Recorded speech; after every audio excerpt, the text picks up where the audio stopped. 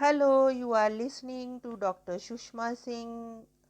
Today in Unit 1 Development and Progress, Economic and Social Dimensions, we start our lecture with the topic Capitalist, Socialist and Third World Models of Development. Economic development has been the prime concern of the modern state. However, this concern has been widely linked with the ideology and power structure of the state. As the nature of the power structure and the state ideology are diverse, there have emerged diverse models of economic development across the globe.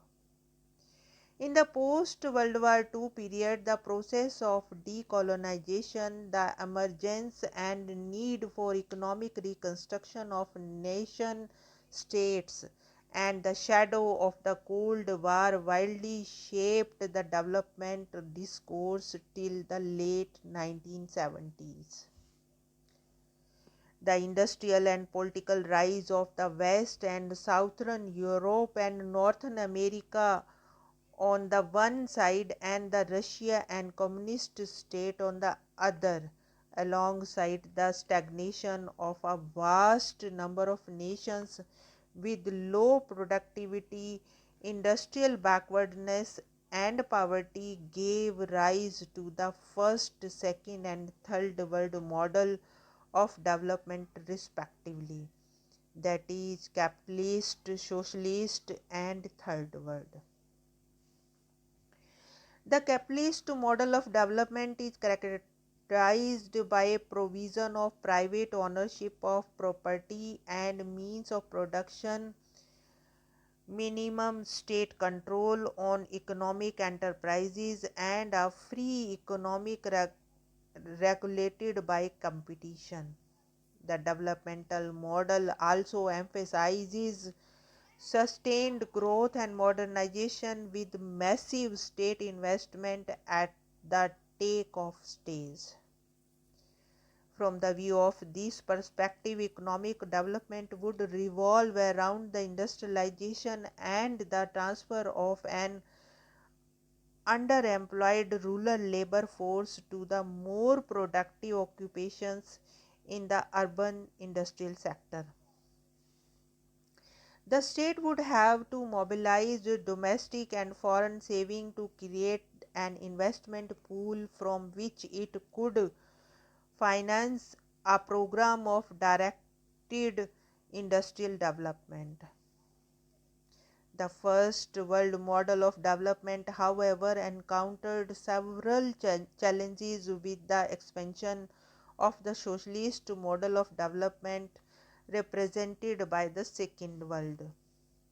The socialist model was contradictory to the capitalist model of the development, as it propagated the abolition of ownership of the private property and means of production, emphasized state ownership of means of production, state-owned public enterprise, and a state-regulated economy, and centralized planning by the state for economic growth.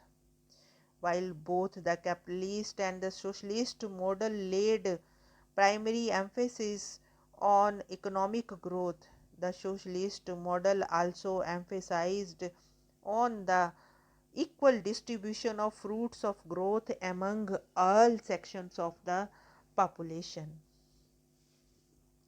The third world is represented by the ex-colonial, newly independent and non-aligned countries of Asia, Africa and Latin America who are industrially backward. Indeed, the third world development perspectives are caught between the conflicting ideologies of the first and second world. These countries represented a diverse variety in terms of their socio-cultural and political setting and historical experiences and levels of technological and economic development. However, notwithstanding these variations, these countries are economically and technologically underdeveloped and are undergoing the process of nation building and fast social transformation in post-colonial era. As against these backdrops, these countries have been experimenting with diverse models of development.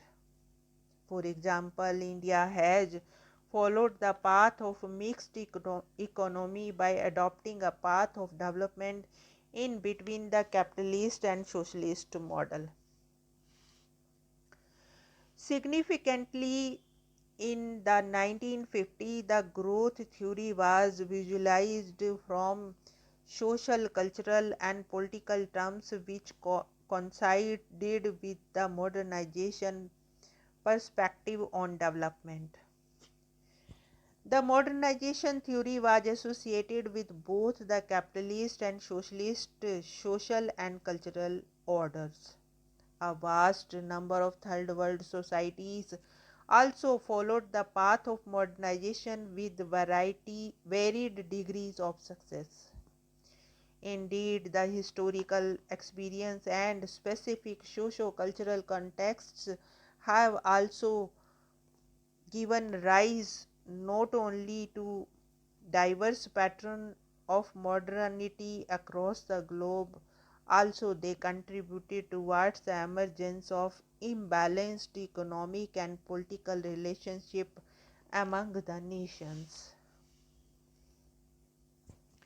The dependency theorists argued that unequal trading relationships and capitalist development have made the countries of the southern hemisphere dependent on the northern hemisphere, especially Western Europe and North America, for capital, technology, and market.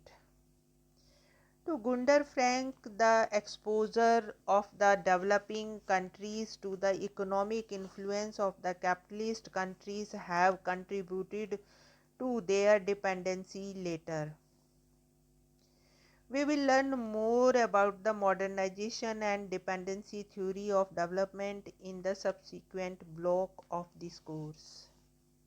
It is important that since the 1980s, there have been serious doubts about the major theories of development.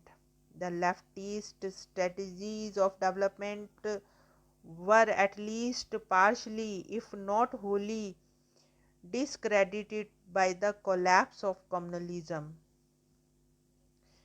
While a theory that advocated a development path based on the Western capitalist model were also seen as having delivered few of the benefits that they have seemed to promise. It has also been observed that third world countries have been struggling under the weight of accumulated debt to the developed countries. The structural adjustment programs have been forced on them by the West, especially the World Bank and the International Monetary Fund, with a view to creating conditions of economic growth by removing obstacles to the efficient operations of the free market. Note that the structural adjustment programs has not stimulated economic growth all over the third world. In this backdrop, let us examine the social and human dimensions of development. Here we want to close our today's lecture. We will discuss social and human dimensions of development in next lecture. Thank you for listening.